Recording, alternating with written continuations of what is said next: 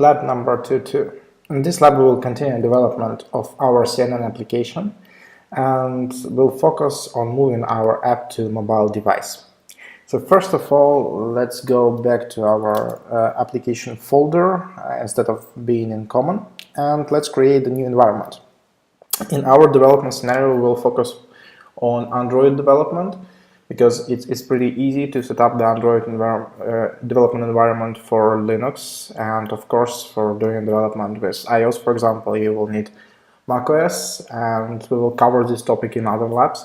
So right now we will start with Android development and we will create a new environment. Actually, what it will be doing for a hybrid app, it will take the web part that contains in common folder, add the native code below, and will enable us to pack the app and actually install it on mobile device.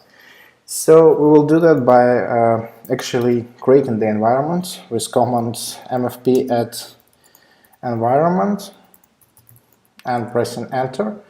This will allow us to specify what kind of environment we want to create, and in our case we will start with Android, so navigation with up and down arrows and selection with a space, and then you need just to click enter for confirming your selection, and the new environment will be added.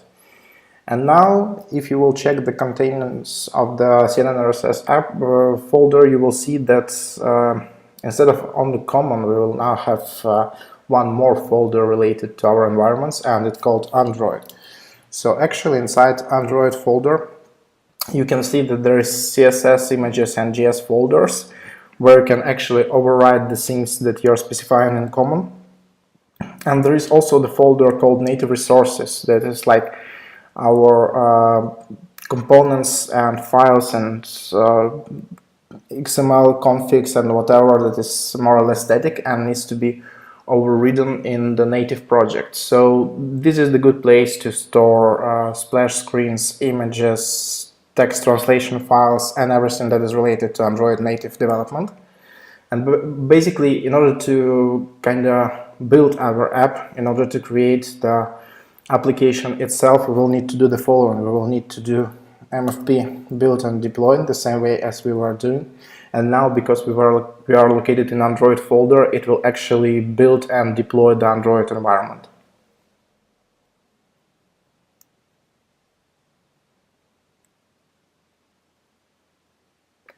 So now in this folder you should see the new folder appearing called native, and actually inside native folder there is a native project structure. And basically all your resources, I mean the common resources, are located inside assets folder. So if you go to assets www, you will see that everything is basically under default. So this is the index.html and the CSS files and JS files and templates, so everything we had in our common folder, and plus of course on top we have native code that will control the behavior of this app inside the web view.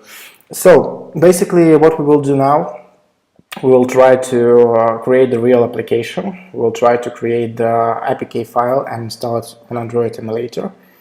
And to do that from the command line, we will need to use vendors command line tools, I mean Google command line tools. So we will go to native folder, and first of all we will do the following. We will update Android project in order to create the build XML file, which will help us to run the AND scripts that are default for Android. And we can update this project by running Android update project -p and specifying that update will be in this folder. And as you can see, there is an issue saying that there is either no target or target is invalid, and the reason for this issue is that we didn't specify the exact target, and basically because we installed two different platforms, I mean SDKs levels, we should specify which exactly we would like to use. And in order to do that, we simply need to list them first of all. So Android list targets, this is the first step. And then when we will see that we have two targets with ID1 for 442 and ID2 for 5.1.1, we need to pick one, and in our case let's start with Android 19, so 442. And our command will look like this: Android update project -p -t, and 1 as the target ID level. So this will actually add the build XML file in our folder, and now we can use ant debug to create the first APK for our file, for our project. This will actually launch the command line script of the ant script actually from the Google for Android build, and debug means that it will use the debug key. Well, actually no key, so there will be no specific key store created and nothing will be specifically assigned, but this will allow us to receive the APK at the end of this build, and we will be able to install this APK in our device. And in our case, this device will be the emulator that we prepared within the labs before. So let's launch our emulator with the icon down there, and wait until it will start.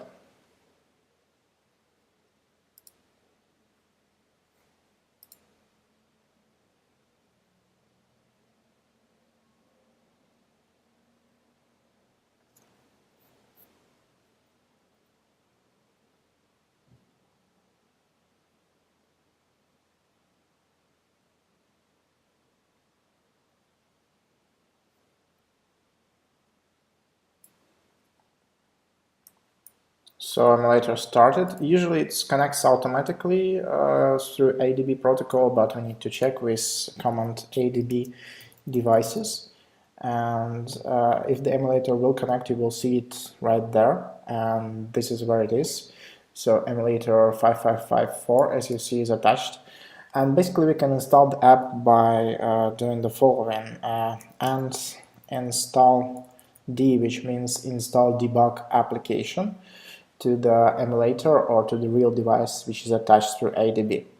Actually, the APK file will be taken, as you can see, from this native folder, and inside native folder you have the folder called bin, and inside build folder, after on debug, you now have CNN RSS debug APK file. So let's wait until it will install.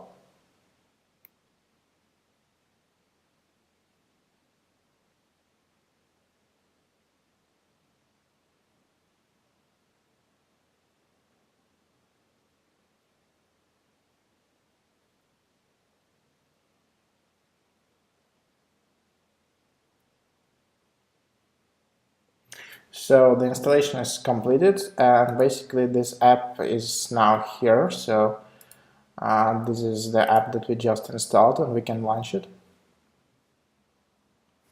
And this is the app that we saw in the browser, so we are now seeing it as the mobile app. So this is the first step that we will need to do for our mobile development, and we've done it with success. So on this step, our lab 2.2 finished. Thank you.